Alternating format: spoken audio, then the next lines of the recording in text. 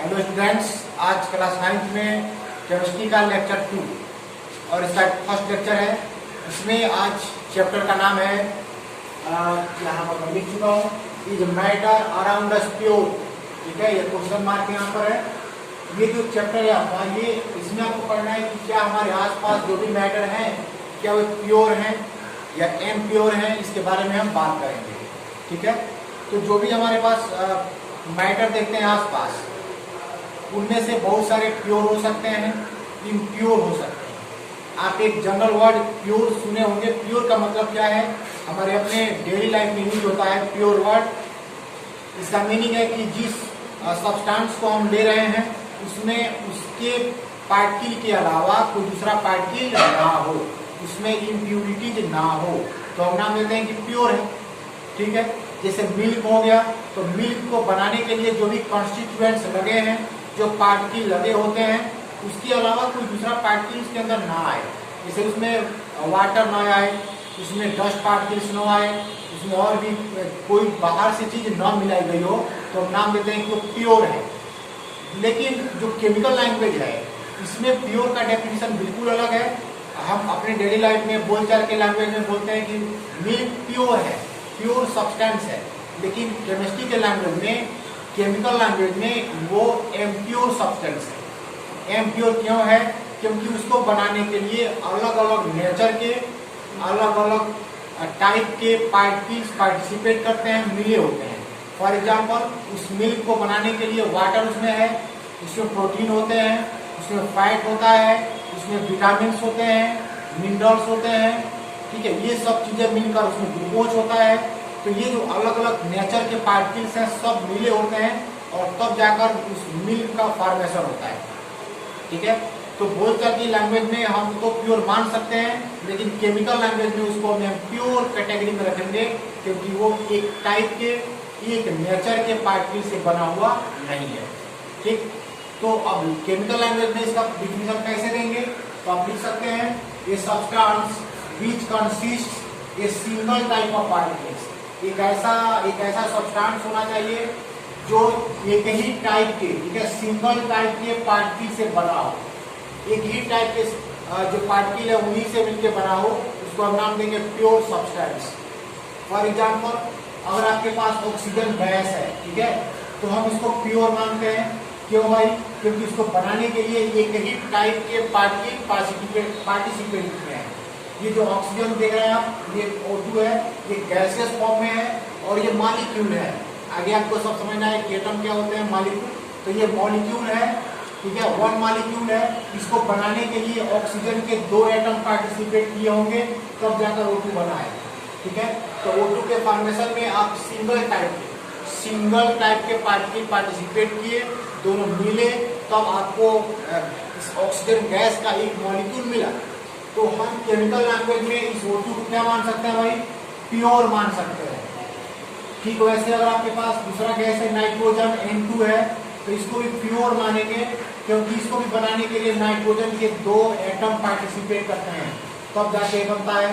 ठीक, तो इसको हम प्योर नाम देंगे।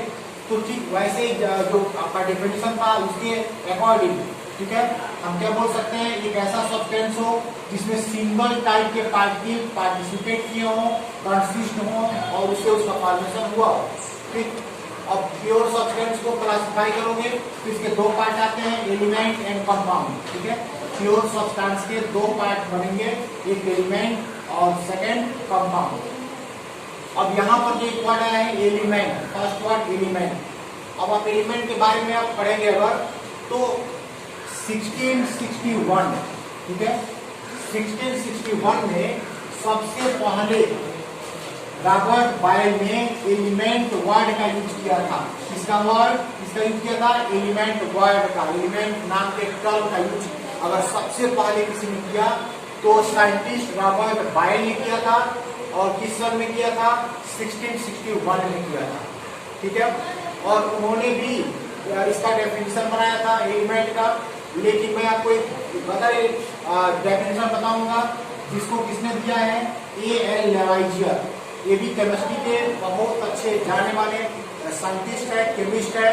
ठीक है, तो इन्होंने अपना जो डेफिनेशन दिया हुआ है एलिमेंट का, ये बेसिकली डिपेंड किस पर है, एक्सपेरिमेंट पर। इन्होंने एक ह्यूज नंबर ऑफ एक्सपेरिमेंट किए, बहुत बार एक्सपेरिमेंट किए, ज्यादा टाइम एक्सपेरिमेंट किया और उसके बाद से उन्होंने एलिमेंट को डिफाइन किया। और according to A.L. Lavoisier, a substance which can neither be broken, it can neither be broken down into simpler substances nor formed from two or more simpler substances by any known physical and chemical processes। ठीक है, अब A.L. Lavoisier ने बता दिया कि एक ऐसा substance होना चाहिए जिसको हम दो या दो से ज्यादा सिंपलर सब्सटेंस में ब्रेक न कर पाए।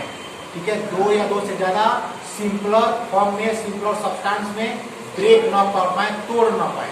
ठीक है, या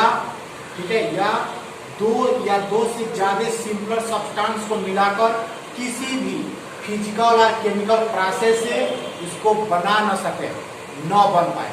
ठीक, तो इसको क्या बोलेंगे, एलिमेंट नाम देंगे। फिर से रिपीट कर देता हूँ, एक ऐसा सब्सटेंस हो जिसको हम दो या दो से ज्यादा, 2 and more than 2 simpler substance में ब्रेक न कर पाए। ठीक है, तोड़ ना पाए, स्प्लिट न कर पाए, और ना ही दो या दो से ज्यादा सिंपलर सब्सटेंस को मिलाकर इसको बना सके। तो क्या नाम देंगे इसको भाई, एलिमेंट नाम देंगे। और अब आप समझ सकते हैं कि क्यों ऐसा कहा गया। ये जिस समय की बात है, 1661 के आसपास की बात है, 17th सेंचुरी की बात है। उस समय शायद एटम का डिस्कवर नहीं हुआ था, एटम को खोजा नहीं गया था कि एटम क्या होता है। तो उन्होंने सब ये बातें बताई थी। बाद में जब एटम का डिस्कवरी हो गई कि एटम क्या होता है, लोग जान गए जब एटम के बारे में, उसके बाद से हम आज का डेफिनेशन चेंज करते हैं। जो भी एलिमेंट होता है वो एटम से मिलके बने होते हैं, और एटम सबसे छोटा स्मॉलेस्ट पार्टिकल होता है, स्मॉलेस्ट सब्सटेंस होता है। ठीक है, बात को समझ गए आप। तो अब चूंकि ये जो सब्सटेंस है, प्योर सब्सटेंस, ये खुद इससे बना हुआ है, एटम से बना है, और फिर हम एटम को ब्रेक नहीं कर पाएंगे। ठीक, मतलब ब्रेक तो हो सकता है, उसको हम न्यूट्रॉन, इलेक्ट्रॉन, प्रोटॉन, ये न्यूक्लियस में उसको हम तोड़ सकते हैं।